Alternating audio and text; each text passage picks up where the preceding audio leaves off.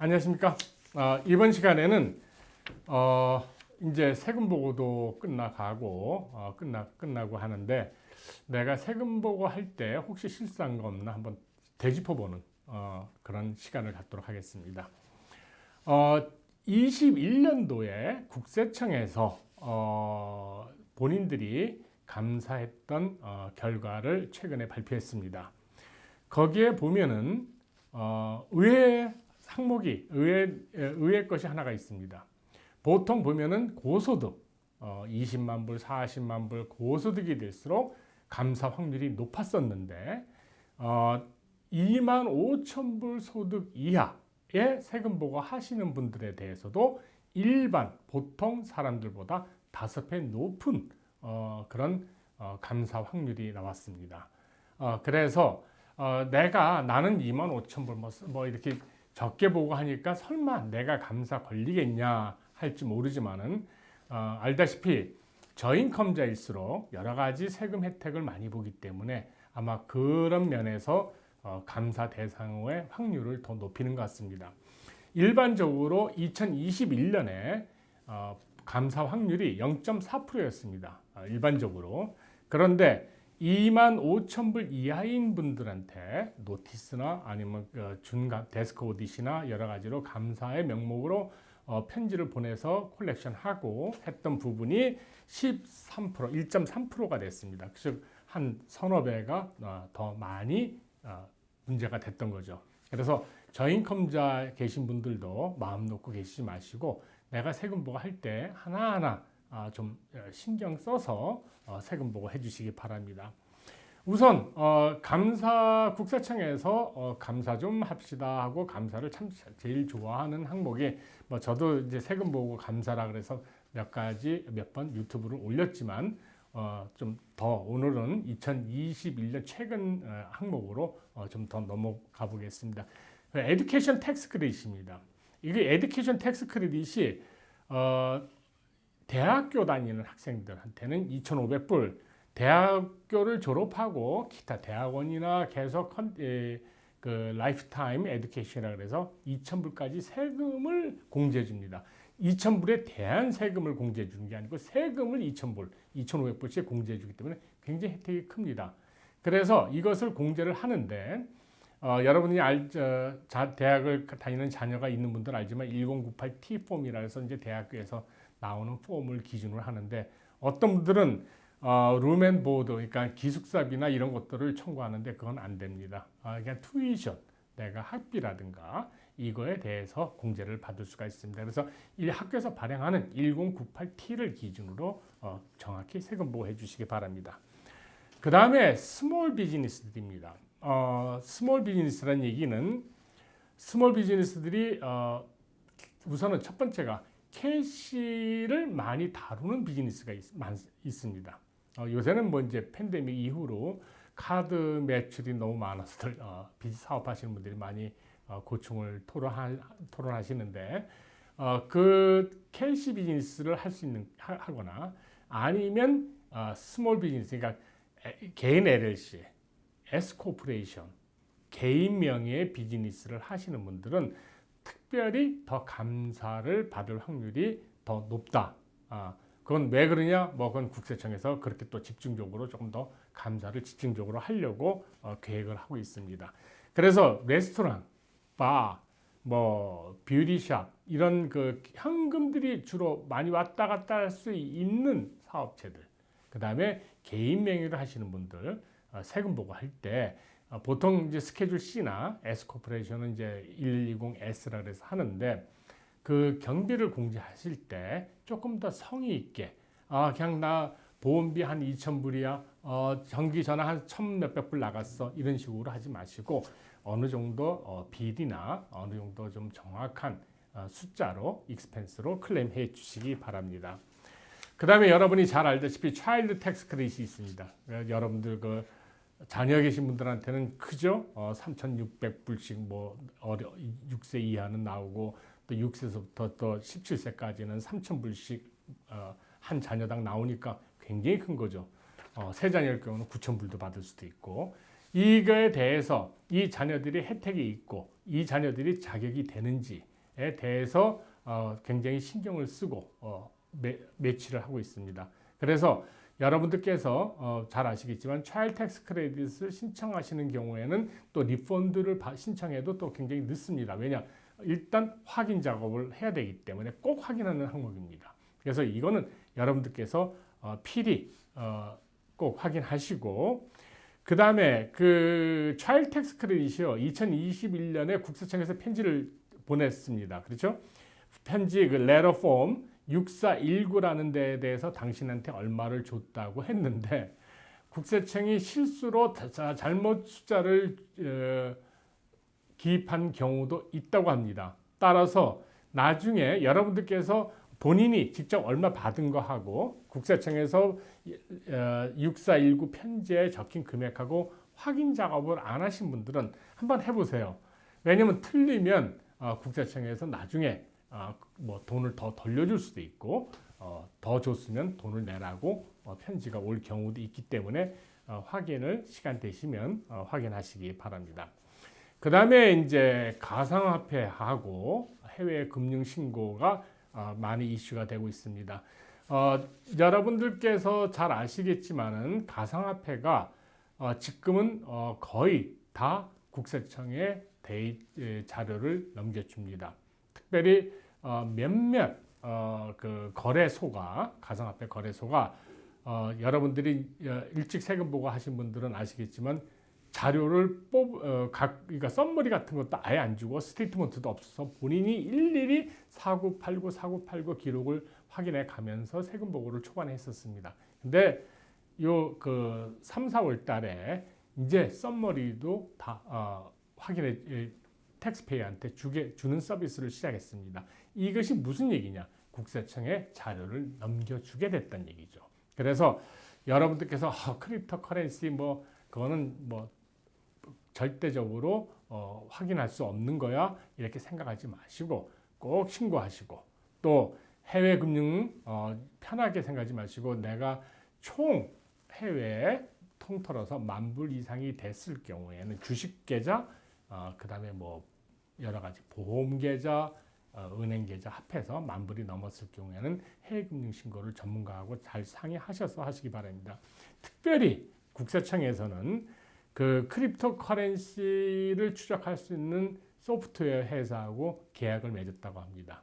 그래서 여러분들이 그러니까 크립토 커런시 그 거래소에서 충분히 자료를 안 주더라도 추적해서 소급해서 할 수 있는 소프트웨어를 하는 회사와 지금 계약을 맺고 지금 소프트웨어를 설치 중에 있으니까 결국 크립토 커런시에 대해서는 정확히 보고를 해야 된다 하시는 것을 염두에 두시기 바랍니다.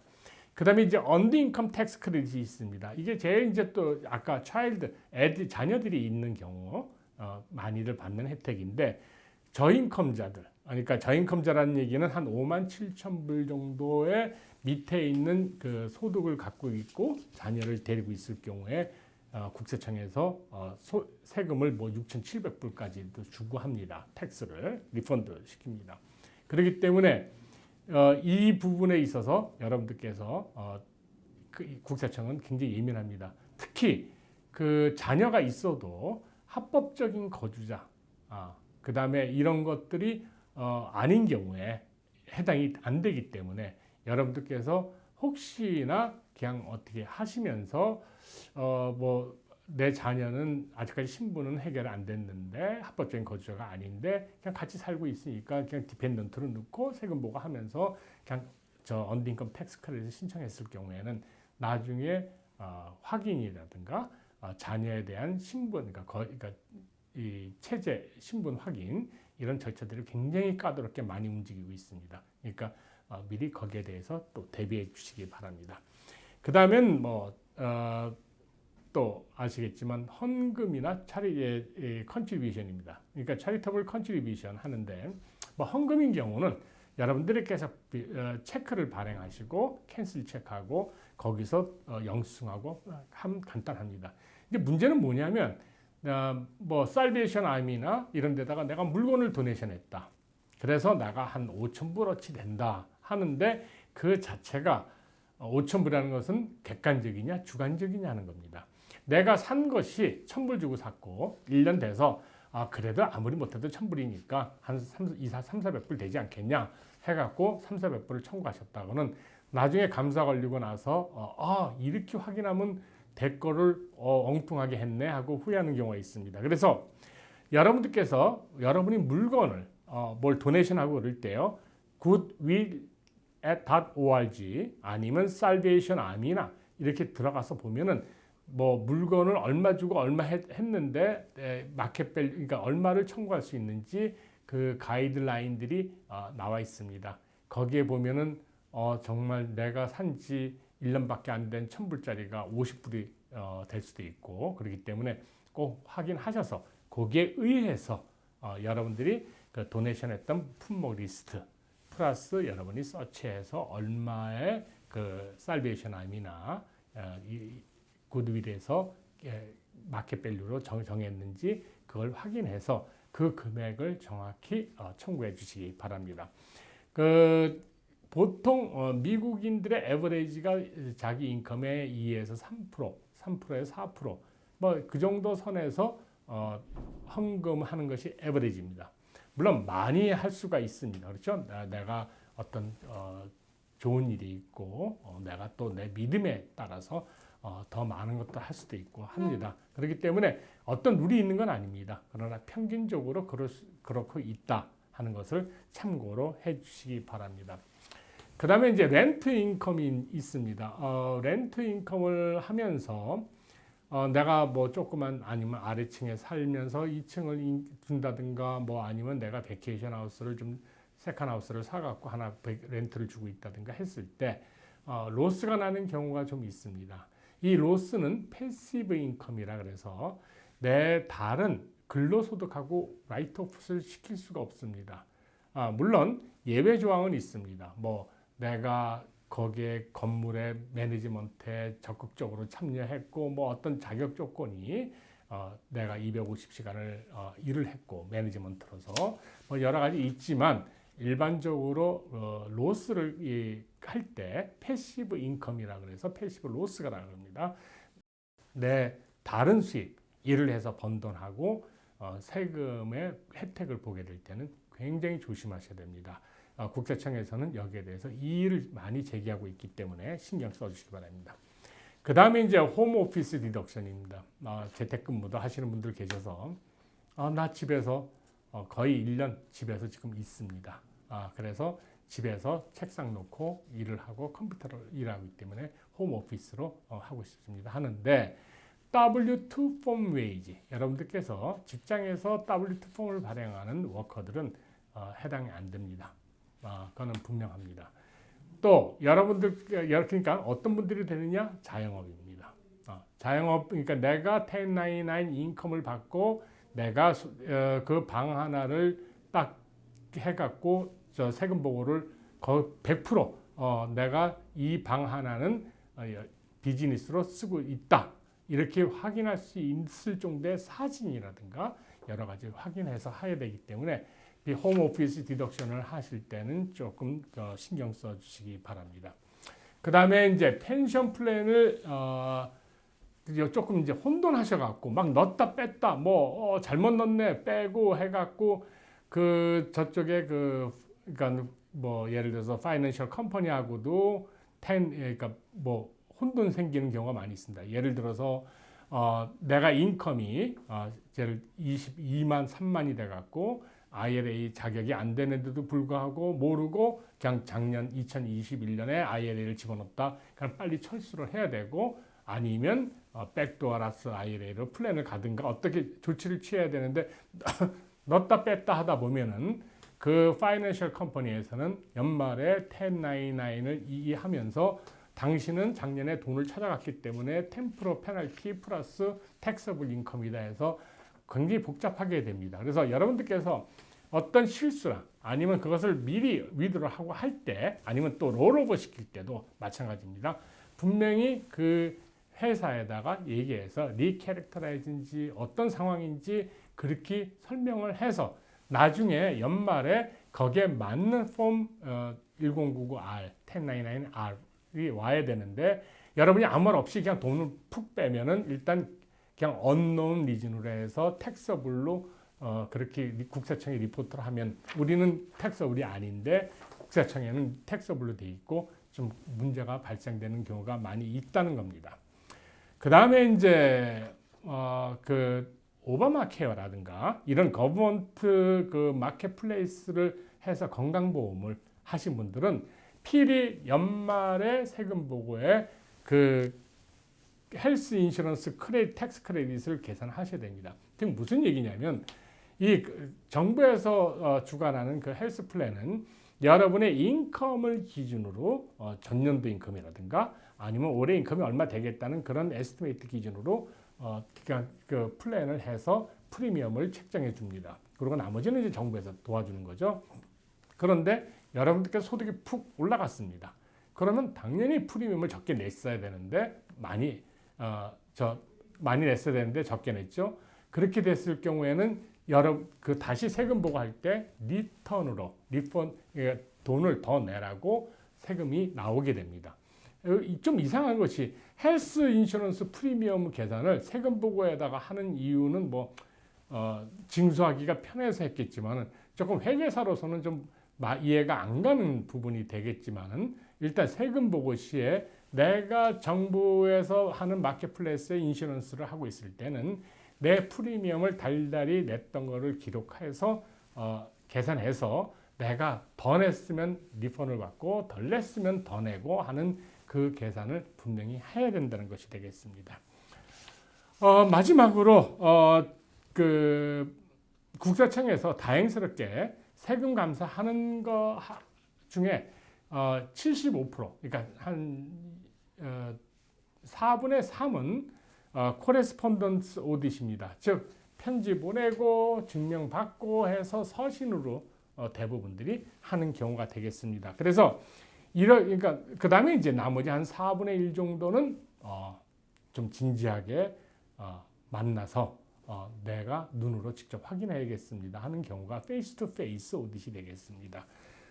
먼저 그냥 코레스폰던스 오디트는 일반적으로 IRS 그러니까 국세청에서 편지를 받으시면 제일 위에 이제 편지 양식 자기네 그 양식이 있습니다. 거기에 566레터라고 되어 있는 것들은 뭐냐면 여러분들한테 추가로 세금 증빙 자료를 요청을 하는 겁니다. 즉 예를 들어서 당신이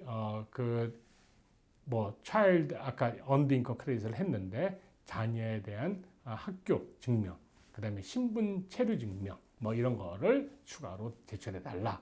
이제 이렇게 옵니다. 그런데 이제 이런 것이 이제 답이 없거나 여러분이 레스폰스를 안 했을 경우에 CP2000이라 그래갖고 국세청에서 일방적으로 결정을 해서 당신이 답도 없고 하니까 자기네 계산에 의하면 세금을 1,300불을 다시 돌려내라. 이렇게 해서 어그리하냐, 디스어그리하냐, 디스어그리하면 어필해라. 먼저 이렇게 해서 오는 것이 CP2000 레터 양식이 되겠습니다. 오늘 간단히 세금 보고할 때 이외에도 좀 몇 가지 항목이 또 있습니다. 그러나 오늘 이렇게 다시 한번 우리가 세금 보고를 했지만 내가 조금은 뭐가 잘못됐네 했을 때는 수정보고 템포리 X 양식을 통해서 수정보고를 해서 국세청에서 발견하기 전에 수정보고를 하시면 되겠습니다. 감사합니다.